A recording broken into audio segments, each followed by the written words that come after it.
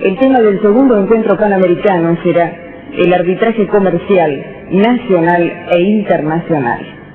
Ponente único, el doctor Humberto Briceño Sierra, profesor de Derecho Procesal de la Facultad de Derecho de la Universidad Autónoma de México, presidente de la Academia Mexicana de Arbitraje, secretario general de la Comisión Interamericana de Arbitraje Comercial, tratadista de intensa producción y difusión en el mundo hispano parlante.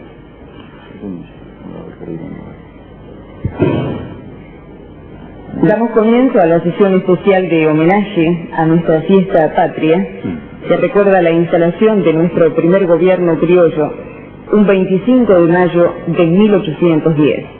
Juntamente con el Instituto Argentino de Derecho Procesal, presenta el único tema que analizaremos por cuanto hace al Instituto Panamericano de Derecho Procesal esta mañana. El doctor Briceño Sierra tiene la palabra.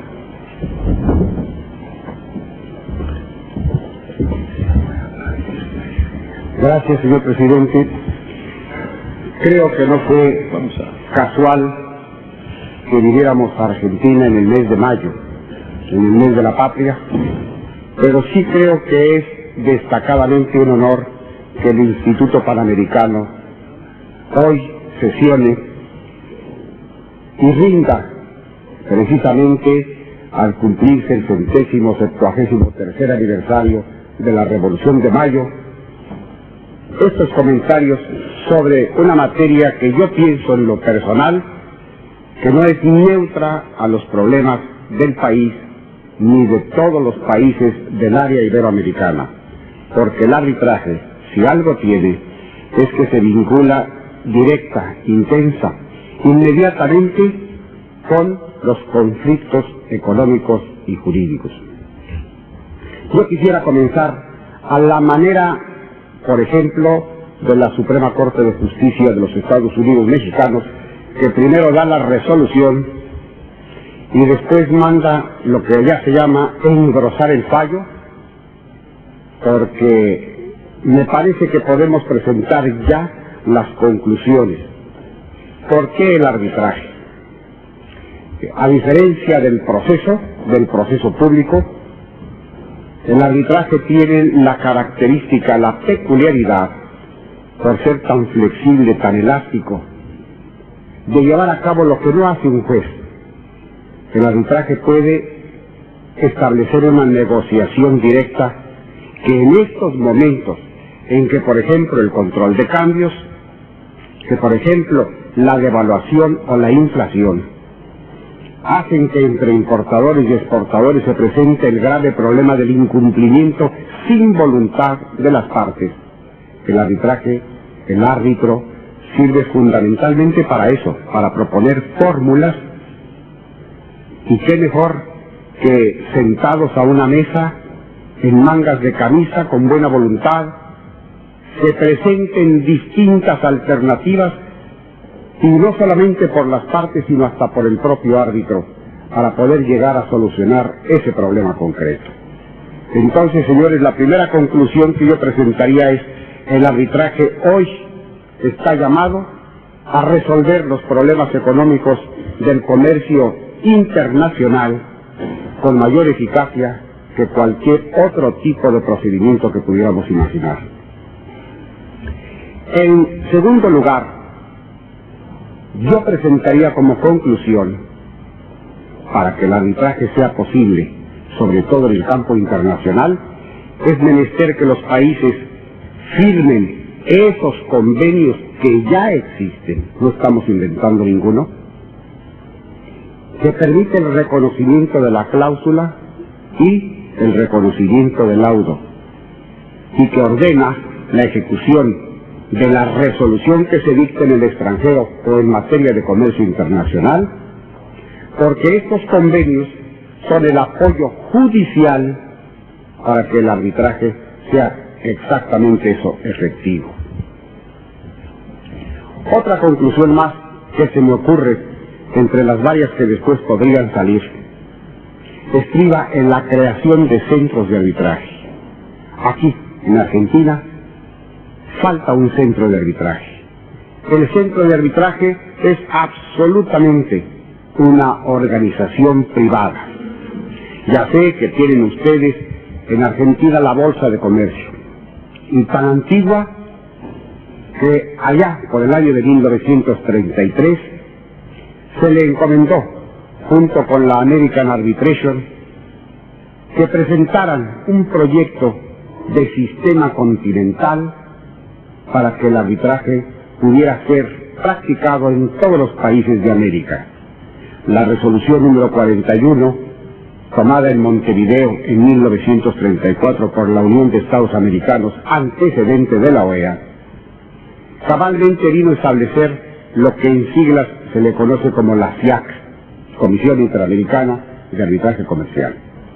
Y es verdad que más de 20 países tienen una sección nacional de este sistema continental, pero no basta, nunca ha bastado la letra de la ley, porque aunque ella es simplemente el detonador, el impulso, si el particular, si los interesados no cooperan, no colaboran, no lo practican, es inútil. El arbitraje no vive, no existe. Ahí está la ley, ahí está la posibilidad, ahí está el convenio.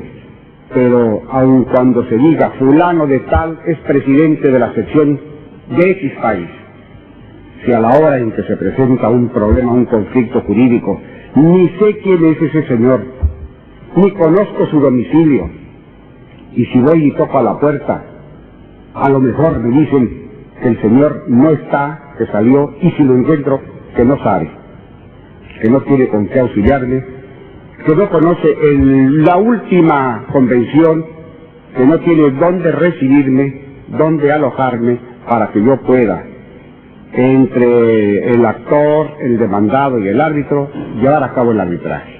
Pienso que de esta manera falla. Al momento último de la realización del arbitraje, falla.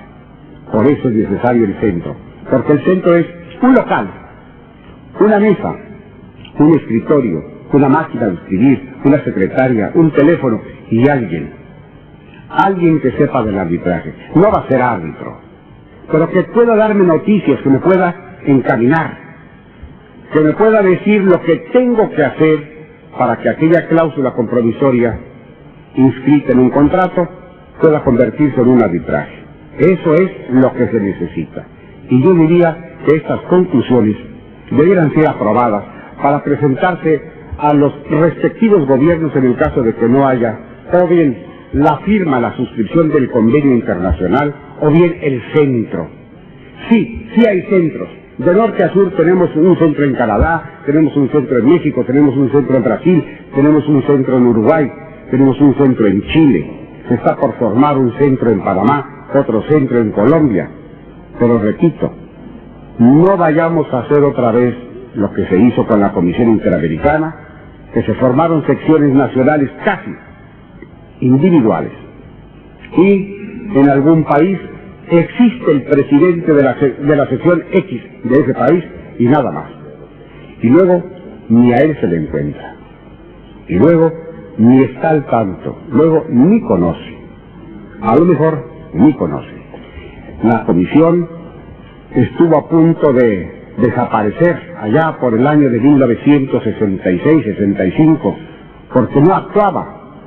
Y fue cabalmente la Bolsa de Comercio de Buenos Aires y otra vez la American Arbitration y luego el CICIP, que es un comité de hombres de negocios en materia de comercio internacional, tuvieron la idea de convocar a la primera conferencia interamericana de arbitraje comercial en Buenos Aires, y ahí se tomó nota de por qué no funcionaba la dicha comisión y por qué el arbitraje era más que otra cosa una entelequia. Se tomó el acuerdo de reorganizarla, de revitalizarla, y así se hizo. Y en 1968, en la Ciudad de México, en la segunda conferencia interamericana, definitivamente se aprobaron sus estatutos, sus reglamentos y las autoridades. Pero volvemos a la inercia y volvemos a dejar que el tiempo pase y empolve las cosas.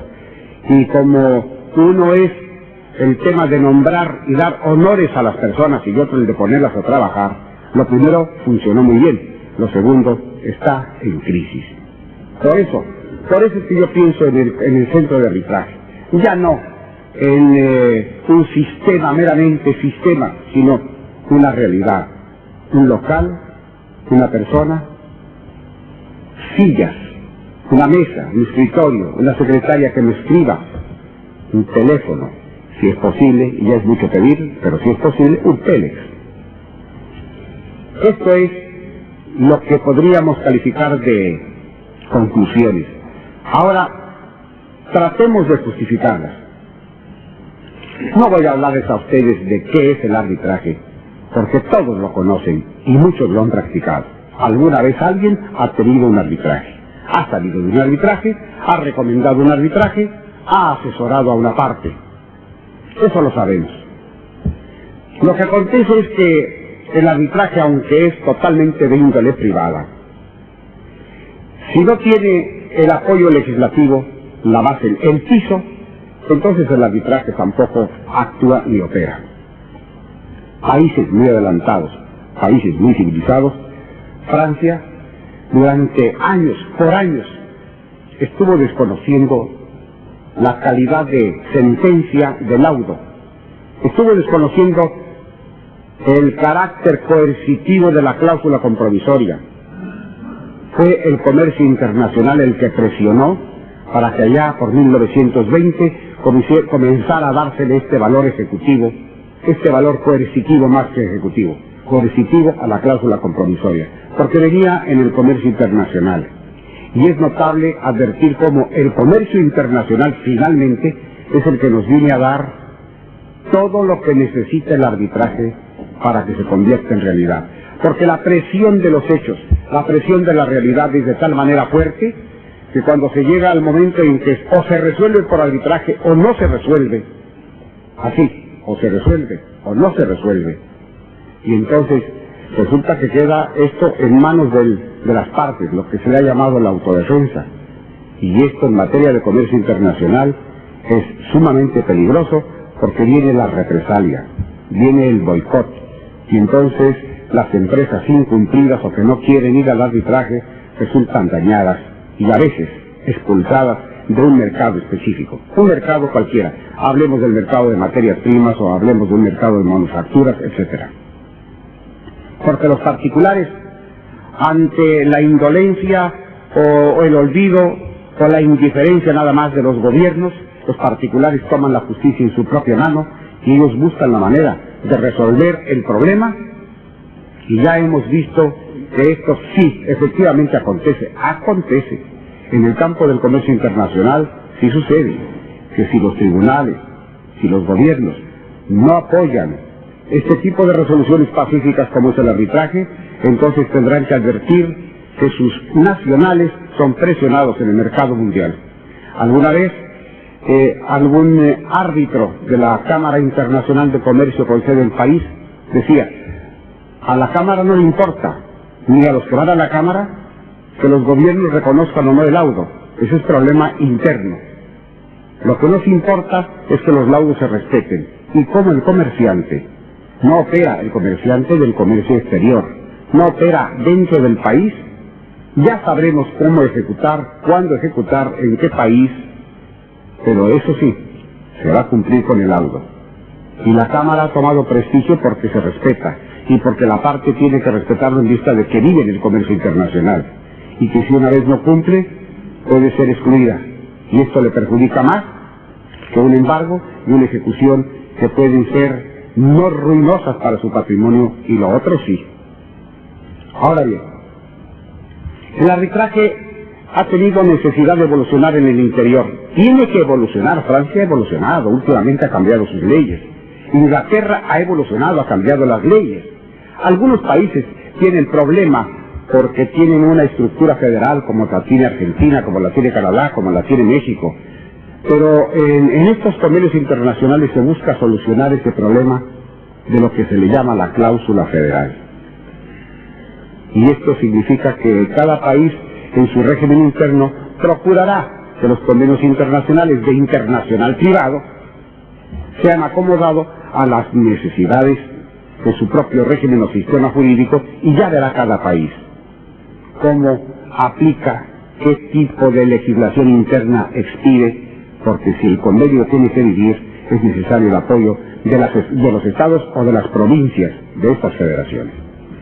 Pues bien, yo pienso que aunque somos herederos de la legislación española, que tanto habló del arbitraje en todas las épocas, nosotros hemos tenido necesidad, todos los países iberoamericanos, de ir cambiando la legislación, y en el trabajo que yo he presentado para que ustedes tengan una información de México, yo advierto que hay un parteaguas, que hay un momento en que el arbitraje antiguo, que inclusive era el impedimento más que la ayuda del arbitraje, cambia hacia el impulso del arbitraje. Allá por el año de 1932 se publica el nuevo Código de Procedimientos Civiles del Distrito Federal. En México tenemos todavía más que ustedes, porque aquí tenemos pues 20 y tantos códigos. En México hay nada menos que 33 códigos. Son 31 estados, el Distrito Federal y el Código Federal de Procedimientos Civiles. Pero si a esto le agregamos el Código de Comercio, cuyo libro quinto también es procesal, pues entonces la suma aumenta terriblemente. Sin embargo, esta primera impresión de que hay una cantidad terrible de leyes que es imposible conocer, desaparece cuando nos damos cuenta de que unos van copiándose a los otros. Es interesante, claro, advertir que discrepa un código. Por ejemplo, en México, desde el centro de la ciudad, pasando hacia el estado vecino, que se llama Estado de México, unos 20 kilómetros, la legislación cambia. Es otra materia procesal. Claro, 2 o 3 articulitos, que claro, son 2 articulitos o 3 articulitos que nos hacen una institución nueva. Pero en las paredes maestras los códigos se conservan más o menos parecidos. Claro, hay la tajante diferencia de algunos estados, y sobre todo el Código Federal, y en materia de arbitraje, el Código de Comercio, que se quedó allá en el siglo XIX, porque este código data de 1889, y en estas condiciones, pues el arbitraje está impedido, porque para llegar al arbitraje, las partes tienen que celebrar un compromiso, en escritura pública, ante corredor o en un convenio judicial.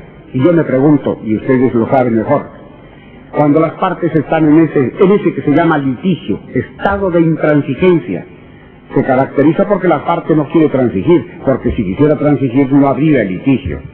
¿Y cómo es posible que cuando la parte no quiere transigir, y alguna de ellas teme no tener la razón, cómo es posible pensar que en ese momento, con toda buena voluntad y de muy buena fe y honestamente, van a ir con sinceridad a firmar un compromiso en el que van a establecer todo, inclusive hasta la fórmula procesal?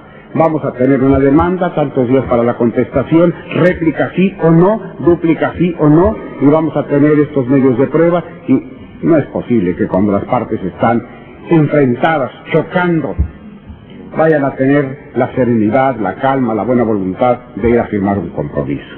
No se puede. Entonces, más que una ayuda, el Código de Comercio obstaculiza con un valladar. El parteaguas es cuando el Código de 1932 dice, se le da valor a la cláusula compromisoria. ¿Qué significa esto? Que si en el contrato se firma toda disputa, toda diferencia, duda o conflicto proveniente de este contrato o con él relacionado, será sometido al arbitraje privado. Ya. Entonces el Código apoyó, porque dijo, si hay esa cláusula, aunque no haya nombrado el árbitro, basta la cláusula para que cualquier parte interesada acude ante el juez, y en medios preparatorios el juez, de una nómina que anualmente hace el tribunal, se elegirá el árbitro, si es que las partes no lo eligen. Y estamos en el supuesto de que las partes no quieren, o una de ellas, no quieren saber nada del arbitraje y no quieren ir, y menos van a querer nombrar a nadie. Si se trata de obstaculizar, de ponerle peros a todo lo que haga, de manera que no van a querer ir, a firmar un compromiso y tampoco quieren designar el árbitro. El juez lo hace, en rebeldía. En contumacia de una parte, designa de la nómina que anualmente lo hace. Este es el parteaguas. Quedó la parte legal.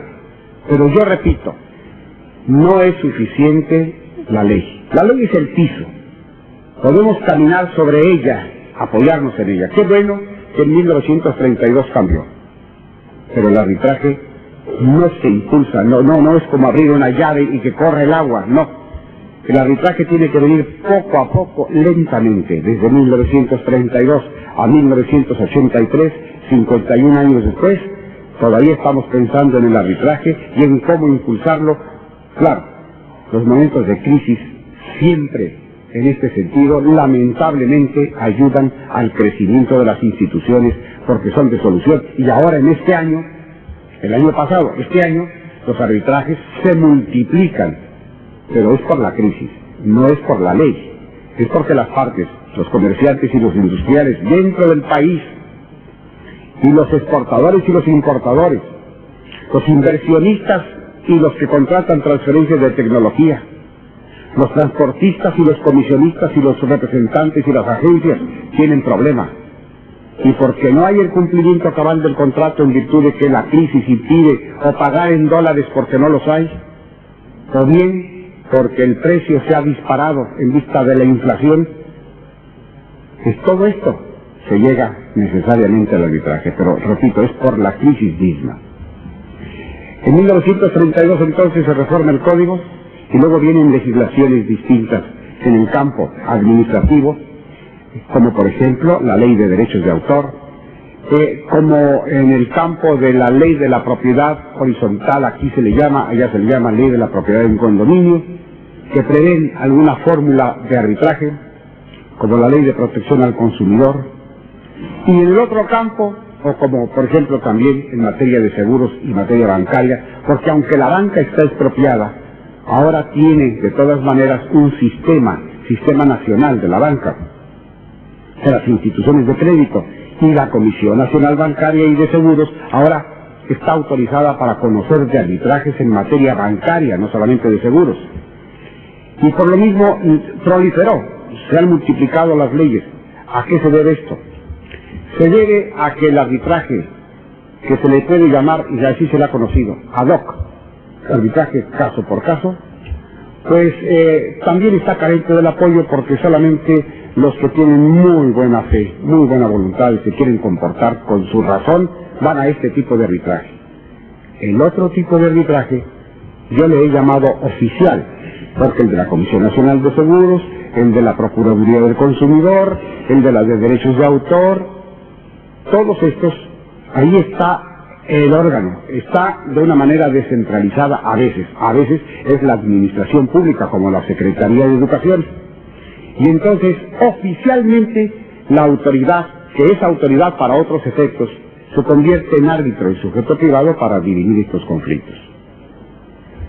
Frente al arbitraje ad hoc, el arbitraje oficial, claro, impulsa, pero siempre uno se siente, tiene resistencia, se siente con duda de ir ante un árbitro que forzosamente es árbitro. Nos suena, nos parece como que es un juez, y realmente es un juez sin estar en la judicatura. Después de todo, si el Procurador Federal del Consumidor me manda citar, yo tengo que ir porque si no me puede multar. Y a veces se exagera, se desbordan las facultades y la autoridad se siente poderosa, más autoridad que árbitro, y comienzan los medios de apremio, y es en la ley, es posible que me mande inclusive arrestar. Esto ya no es arbitraje.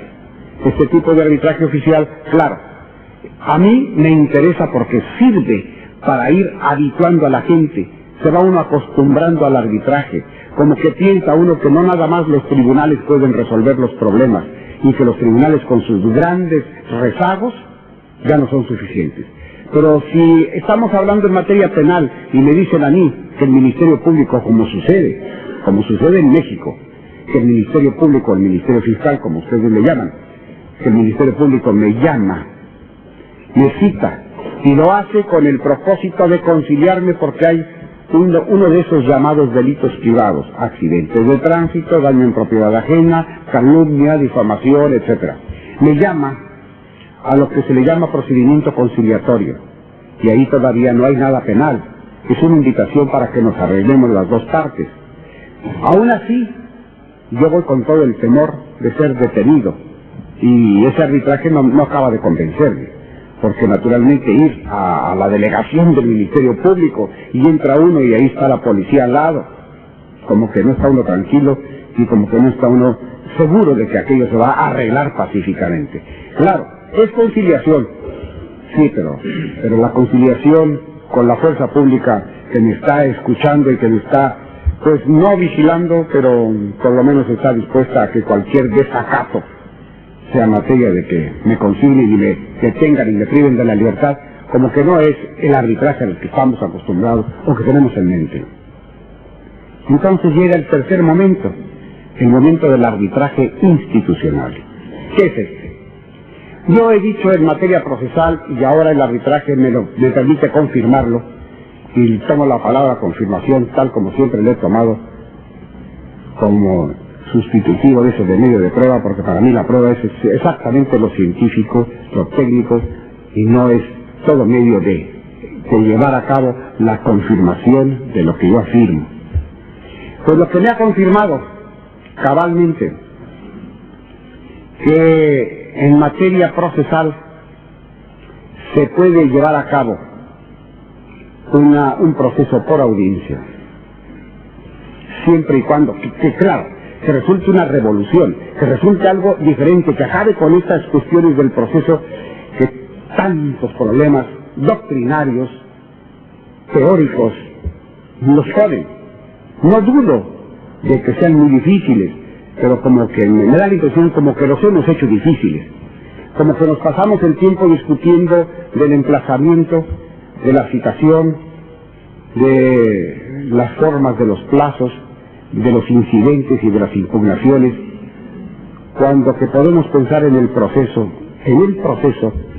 sin esta complicación. Y el arbitraje me ha permitido confirmarlo, porque en el arbitraje lo que ha resultado verdaderamente trascendental ha sido la institucionalización, que es, repito, el centro de arbitraje. Repito, es la organización privada que me permite siempre acudir a una institución, llámese Cámara Internacional de Comercio, fundada en 1929, llámese Comisión Interamericana de Arbitraje, fundada allá en 1934, reorganizada en 68, llámese el American Arbitration o la Cámara de Comercio de Estocolmo o la de Moscú, o un centro de arbitraje en México o en Panamá.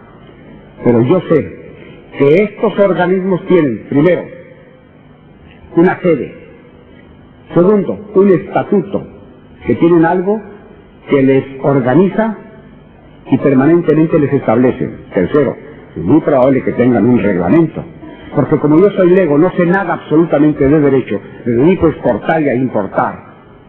Yo no preveo, yo no sé qué es eso de procedimiento ni de proceso, no sé lo que es instar, de manera que cuando yo toco la puerta y me dicen, aquí tiene usted un reglamento, yo le solo a su abogado, que lo estudie y que proceda de acuerdo con el reglamento. Y el reglamento lo primero que me dice es que aquello es totalmente informal y que yo puedo elegir la manera de conducirme frente al árbitro y el árbitro también.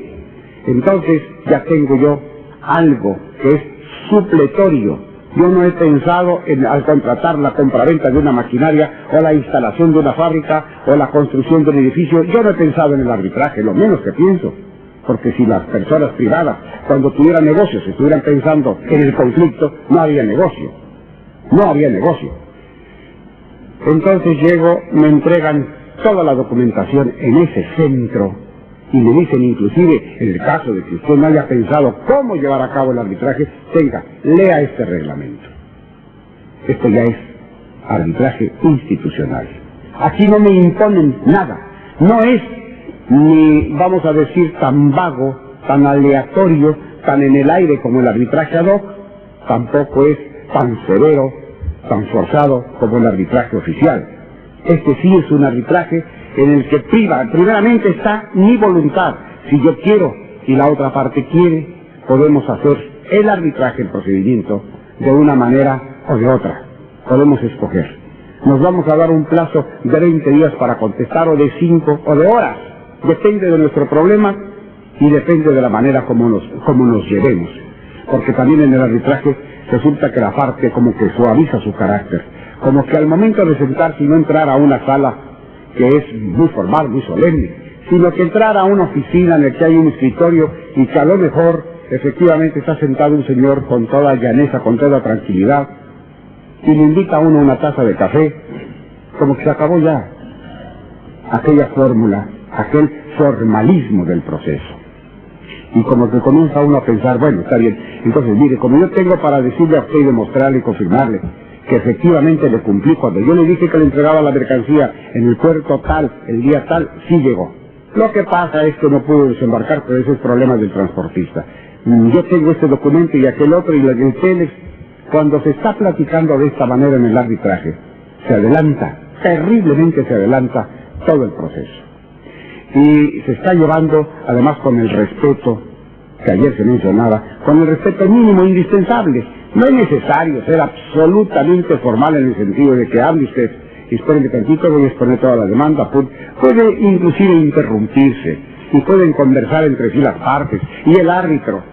No es necesario, repito, como en el proceso se pone el juez en un estrado arriba, las partes abajo, o están de pie hablando con él, y no pueden estar en el mismo plano, tal y como nos enseñaba la doctrina italiana. No, en el arbitraje, yo regreso a México porque acontece que de repente se presentó un problema bancario en el que había la cláusula compromisoria y el banco que tiene que resolver su problema de devolución de dólares, que no puede porque no hay dólares, y el cliente que exige que se le paguen dólares, se firmó la cláusula compromisoria.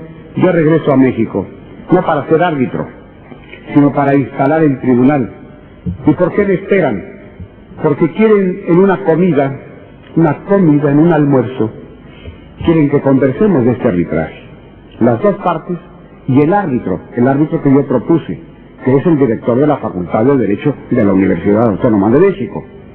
Porque como él es un especialista en derecho bancario, el doctor Acosta Romero, que ha escrito obras sobre eso y ha trabajado en materia bancaria, pues yo les propuse de una nómina que tiene el Colegio de Abogados, la barra mexicana, aquí tienen ustedes a estas personas.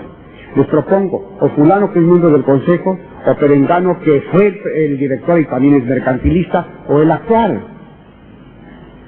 Y resultó que el consejero de la barra, pues no puede aceptar porque tiene otro problema similar y dice prejuzgo, o me inclino y no puedo ser imparcial. Le pregunté al director de la facultad, me dijo encantado, ¿cómo no? Es la primera vez que voy a tener un arbitraje, es mi materia, me gusta, ¿cómo no? Pero las partes quieren que hablemos almorzando, ya después se seguirán. Que hablemos almorzando, ¿por qué? Porque hay detalles, hay cosas pequeñas. Oiga usted, ¿y qué lo vamos a hacer por escrito? De repente me dijo el director, mire, la demanda viene en un papelito simple de 2 hojas y es una carta. Sí, eso es todo. Eso es todo, no hay más. No tiene por qué venir consideraciones de hechos, antecedentes. No. Es una carta en la que el señor relata, yo invertí en dólares, invertí en el banco la cantidad de X. Y ahora por virtud de decretos y reglas que yo no sé, no me quieren regresar mis dólares, me quieren regresar dinero mexicano. Yo no, yo invertí porque yo soy una empresa que quería cubrirse de estas eventualidades y pues para mí no es razonable que me quieran regresar. ¿Culpa del banco? No, yo no sé, pero a mí me regresan mis dólares. Entonces no tienen que hacer más. ¿Qué otra cosa quieren platicar? Quieren que invoque el derecho civil, la doctrina extranjera, la jurisprudencia de Londres o de París. ¿De qué? Esto lo expuso llanamente y esto el director, que sí es un experto en derecho, pues ya lo pensará, lo elaborará y verá si es un caso imprevisto, si es caso fuerza mayor, caso fortuito, ya verá él. Pero en realidad este arbitraje se va a llevar muy sencillamente. ¿Y por qué puede ser esto? Puede ser porque ese cambio de legislación de 1932 ha permitido el surgimiento de instituciones. Y las instituciones son el apoyo definitivo. Ahora, una conclusión a la que yo tendría que agregar a las anteriores, que no mencioné, es que ya el arbitraje está más allá del bien y del mal, ya el arbitraje se puede platicar tranquilamente de él. No. El arbitraje ahora se enfrenta con todos los problemas que ustedes han venido tratando, y más, porque el arbitraje tiene un cuerpo complejo. Comienza, desde luego, o con un compromiso, o con una cláusula compromisoria, o con un acuerdo, que eso está fuera del arbitraje. Porque el que lo tiene que estudiar, de repente se va a encontrar con que si las partes que convinieron el arbitraje, de acuerdo con su ley, tienen o no la habilidad jurídica necesaria para hacerlo.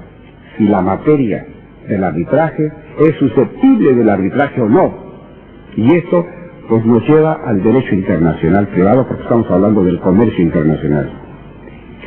Esto se puede someter al arbitraje, bueno, aquí sí, pero ¿y en el lugar de origen? A lo mejor en Colombia no se puede. O a lo mejor estamos en Colombia y en México no se puede. Esa materia no es susceptible de arbitraje. Materia de inversión extranjera no va. En Colombia puede que sí vaya, o al revés. De manera que entonces el arbitraje comienza por estudiar la parte sustantiva y después se sigue a todo lo largo nombramiento de árbitros, lugar del arbitraje, el idioma del arbitraje y la ley de aplicable al fondo. Todo eso nos va a llevar a lo mismo que ustedes han estudiado y siguen estudiando en estos congresos. Porque después de todo, los problemas de la tercería, de la intervención de terceros, se puede poner a la aduana como responsable y llamarla al juicio arbitral, porque resulta que la culpa de la sobreestadía del barco es de ella. La puedo llamar porque yo, que soy el exportador, no tengo ninguna, o yo que soy el importador tampoco tengo, pero yo compré juguetes para Navidad y resulta que cuando me llegaron la aduana lo detuvo y no desembarcaron la mercancía, y ahora que la van a desembarcar yo no la quiero para nada, ya se acabó la Navidad, ya no tengo nada que hacer con esa mercancía. Sí, pero el exportador me dice, tampoco yo tengo culpa. Bueno, vamos llamando a la aduana. ¿Puedo llamar a la aduana? ¿Cabe que venga, que intervenga?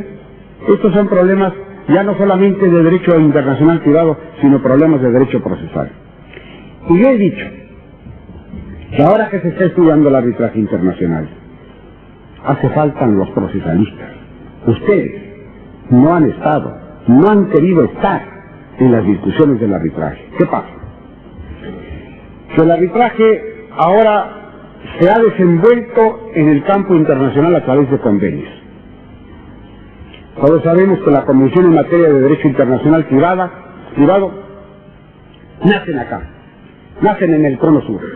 Los tratados de Montevideo de 1889 son de acá, son primero, son anteriores, muy anteriores, sobre todo en materia de arbitraje, son muy anteriores al Protocolo de Ginebra de 1923. Son anteriores al Convenio de Ginebra de 1927. Son anteriores al Código de Bustamante de La Habana de 1928. Sí, pero esos convenios, aparte de que fueron con ciertos países, nada más del cono sur, de Sudamérica, estos no han tenido ni la influencia, ni el desarrollo que tuvo, por ejemplo, el Convenio de las Naciones Unidas de 1958, que ustedes en Argentina y otros países del continente todavía no suscriben, todavía no ratifican. Y estos convenios que dicen, pues que es la convención extranjera y que el laudo del exterior son reconocidos y se pueden ejecutar. Y mientras esto no pasa, pues si no pasa esto, un laudo dictado en Argentina o un laudo dictado en otro país tropieza con que o no se le reconoce acá o porque en este país no suscribió la convención y la convención tiene una clausulita, un artículo que dice que los países que la firman pueden hacer la reserva de solo reconocer los laudos que vengan de países que lo firmen. De manera que si viene un laudo de Argentina y resulta que aquel país hizo la reserva, pues no reconoce el laudo argentino. Y ese es un problema terrible para el comercio internacional. Porque ¿de qué vale que los tratados de Montevideo de 1889 se hayan ratificado en 1940? Pues sí, pero ahora ya nada más por 3 países. Y resulta que hay un convenio mundial. Y como es un convenio mundial, hay otra convención de 1975 para el continente americano, aprobada en Panamá, en la que inclusive intervino Argentina, en la que estuvieron presentes todos los países, y fue una aplastante mayoría la que firmó la Convención sobre el reconocimiento y ejecución de sentencias arbitrales. Sí, pero no se ha ratificado. Hay muchos países que no las han ratificado. Y entonces, si no la ratifica Argentina, si no lo ratifica Brasil, si no lo ratifica Canadá, seguimos en falla, seguimos en falta, como que ese arbitraje institucional sigue teniendo defectos, y muy graves defectos. Ahora bien, en las Naciones Unidas hay una comisión para el derecho internacional privado. Las siglas en inglés, las más conocidas, son UNCITRAL. Alguna vez el maestro mío, lamentablemente fallecido el año pasado, que ustedes deben haber conocido por lo menos de nombre Roberto Mantilla Molina, mercantilista, decía, hay que hablar de la NUDMI, pero maestro se me atora porque sé, NUDMI se me atora un poco, mejor UNCITRAL, y además es conocido internacionalmente. La Comisión de las Naciones Unidas para el Derecho Internacional, para el Derecho Mercantil Internacional, estuvo estudiando y preparó unas reglas facultativas para el arbitraje. Estas fueron aprobadas en la Asamblea de las Naciones Unidas por el carácter de facultativas. Ni siquiera hay que firmarlas, ningún país las firmó, sencillamente aprobó. Y como reglamento facultativo, ahí está. Fueron preparadas por la UNCITRAL y se aprobaron por las Naciones Unidas en diciembre de 1976. Y son tan importantes que, por ejemplo, la Comisión Interamericana las hizo suyas, y ahora son las reglas de la UNCITRAL las reglas de la Comisión. Tan importantes que la Cámara Internacional de París, que tiene en 1929, que ahora este año cumple 50 años, su corte de arbitraje, dijo, bueno, si las partes quieren, yo también administro un arbitraje conforme a las reglas de la UNCITRAL. Y ahí están esas reglas a las que cualquiera, en China, como son facultativas, repito, no hubo necesidad de suscribir. En China, en Estados Unidos, en la Unión Socialista, en cualquier parte, estas reglas son conocidas, se pueden conocer, se pregunta a la Oficina de las Naciones Unidas, le dan a uno un folletito y ahí vienen las reglas.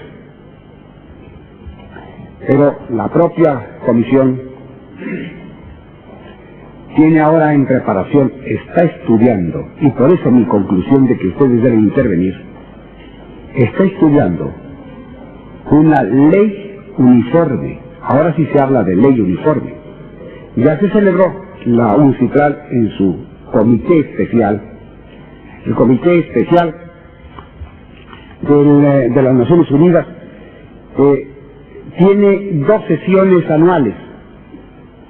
Una la tuvo en febrero y otra posiblemente la tenga por allá por el mes de septiembre. La comisión, el Comité Especial de Trabajo de la UNCITRAL.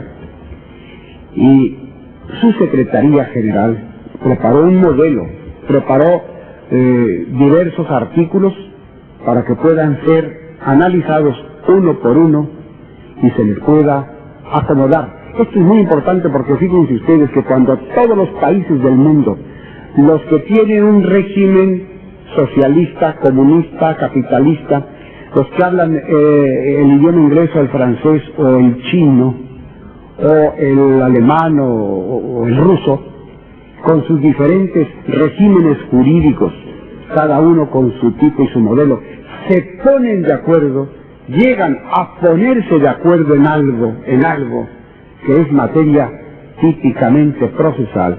Es importantísimo. Es importantísimo saber, por ejemplo, si cabe la intervención de terceros en materia, no solamente en Argentina, también en Polonia o también en Australia. Porque cuando estos distintos grupos de derecho se ponen por fin de acuerdo en algo, como siente uno jurídicamente, como que el mundo ya rompió su barrera de sonido. Y ahora sí estamos entrando a una edad en que también mi maestro Eduardo Triguero, también fallecido, le llamaba el derecho mundial. Ya da la impresión de que si se pusieron de acuerdo en ese reglamento facultativo, se pusieron de acuerdo, pudieron ponerse de acuerdo tantas y tantos países, pues ahora va a ser más fácil. Pero yo he dicho, en el seminario de arbitraje comercial, en el primer seminario iberoamericano, que se celebró en Madrid en 1977, auspiciado por el Consejo Internacional para el Arbitraje Comercial, que preside Peter Sanders, holandés, que publica un yearbook que es importantísimo, en donde están reseñas, informes de todos los países del mundo. Arbitraje, informó el doctor Jaime Malamud sobre el arbitraje de Argentina. Y cada uno de los países fue informando con el doctor Aramburu de Perú. Va informando cada país acerca de su... Pues bien, esta comisión celebró su simposio en Madrid en 1977 y les conocí a todos como mercantilistas. Y yo les dije, el error de ustedes es que no hayan escuchado a los procesalistas. Pero ahora les digo a ustedes, el error de los procesalistas es no haberse interesado en esto. Ahora esto es fácil, no se trata de ningún misterio. La UNCITRAL, que actualmente es secretario un doctor Hermann, de origen alemán, naturalizado norteamericano, y que vive en Viena, manda pedir que cada uno con este proyecto de ley uniforme, le opine. Yo pregunto, ¿por qué no los institutos de derecho procesal piden estos ejemplares en español? ¿Por qué no lo piden? ¿Por qué no lo estudian? ¿Por qué no hacen una sesión especial y se ponen a discutir temas tan importantes como, por ejemplo, en el puro temario nos damos cuenta de la cantidad de derecho procesal? Los temas y principios de una ley modelo sobre arbitraje tienen este carácter. Por ejemplo, el ámbito de aplicación. Arbitraje, ¿qué cosa es arbitraje? Porque no es fácil, a pesar de que estamos en 1983, que se diga que es arbitraje lo mismo aquí que en otros países del mundo. ¿Qué es comercial? Porque hay países que no distinguen entre lo civil y lo comercial. Y hay convenios como el convenio de la ONU que dice, este convenio se aplica en materia comercial y cada país dice lo que es comercial. Tiene el estudio de lo que es internacional. ¿Qué es arbitraje internacional? Arbitraje internacional es nada más aquel que se hace por extranjeros, en el extranjero. No cabe que dos empresas de Argentina tengan un arbitraje internacional entre ellas. Sí cabe. ¿Por qué? Pues a lo mejor tienen o son filiales o tienen que cumplir el contrato, lo tienen que cumplir en el extranjero, o los bienes están en el extranjero. Entonces el arbitraje puede llevarse a cabo en Brasil, y cuando venga de Brasil será un laudo extranjero. Entonces este proyecto está estudiando eso. Después estudia el acuerdo arbitral, su forma, validez y contenido, las partes en el acuerdo y todo lo que significa relacionado con las partes. La esfera del arbitraje, qué cosa puede ser materia de arbitraje y qué no, de acuerdo con la legislación de cada país. Y hay que poner una regla, y esto es lo importante, ponerse de acuerdo en la regla. Posibilidad de separar la cláusula arbitral del árbitro, y por eso ahora se sigue discutiendo si tiene competencia o no, a pesar de la opinión de Redenti de que un sujeto privado no puede hablar que tenga competencia, cuando mucho tendrá facultades, pero no tiene autoridad. Y entonces la pregunta es, resulta que tratándose de separar la cláusula arbitral, yo árbitro, se dice en la ley, soy competente para decir si soy competente. La competencia de la competencia. Yo árbitro, soy el llamado, de acuerdo con esta ley uniforme, yo soy el llamado, no el juez. Si alguien me dice que no tengo competencia para este arbitraje, no voy a llevar el asunto ante el juez. De acuerdo con la ley, yo lo resuelvo. Yo. Esto es lo que se trata cuando se habla de la posible separación de la cláusula. Puede ser que el contrato sea nulo. El objeto del contrato no es arbitrable. O bien el contrato se celebró vamos a suponer que se celebra un contrato para perforar pozos de petróleo en México. Nulo. absolutamente nulo, porque es la perforación, la explotación, la distribución, la venta, la hace exclusivamente el gobierno, una empresa que es una empresa pública, Pemex. Entonces no puede contratarse, es nulo el contrato. Pero hay una cláusula compromisoria, y la persona que le vendió el equipo resulta que quiere que el árbitro diga si esto es una cláusula válida. La cláusula compromisoria será válida, el compromiso, el arbitraje no se podrá llevar a cabo, pero es válido. Luego, el efecto del acuerdo, y luego su terminación, y luego viene la materia de los árbitros, requisitos para hacerlo, la recusación, número de árbitros. Después viene el nombramiento y sustitución de los árbitros, la responsabilidad de ellos, cosa muy importante, porque ustedes lo han estudiado aquí en estos días, pero resulta que en materia de arbitraje esto sí suena. En materia de arbitraje, la American Arbitration, no menos de 2 veces al mes, es demandada por culpa, responsabilidad. La persona que pierde en Estados Unidos, hay que decir, y lo dicen, este arbitraje no es de la American Arbitration, porque si no, ella es demandada. Este es del árbitro Juan López, y que demanden a Juan López si es que Juan López se excede o no cumple, pero no a la American Arbitration. Es muy importante esto porque en otros países, por ejemplo, la Corte de la Cámara Internacional dice que el arbitraje es de la Corte, y la Corte inclusive pide a los árbitros, les pide su proyecto de laudo y lo estudia, y a lo mejor lo rechaza. Luego, este proyecto va a tratar acerca del procedimiento, lugar, las actuaciones arbitrales en general, pruebas, peritos, medidas provisionales, representación y asistencia, rebeldía. Y luego viene laudo, tipos de laudo, provisional, interlocutorio, definitivo. Dictado de laudo, cómo se hace por mayoría de votos, puede firmar el otro, no puede firmar. Forma de laudo por escrito, con motivación, sin motivación. Hay países que no motivan el laudo, y por ejemplo en Londres se ha acostumbrado desde muchos años no motivar el laudo, y aunque ahora se está queriendo motivar, la razón es muy sencilla. Un laudo motivado es materia de reingreso en la vía judicial. Un laudo no motivado, ¿cómo lo controlamos? Porque el laudo tiene que ser definitivo. Entonces, a la manera aquella con que inicié la plática, se dicta el laudo y el árbitro se reserva lo que se le ha llamado un arbitraje en conciencia. Después viene la fuerza ejecutoria del laudo, la publicación del laudo. Y luego, por último, los medios de impugnación, apelación, recursos contra la declaración de ejecutoriedad, invalidación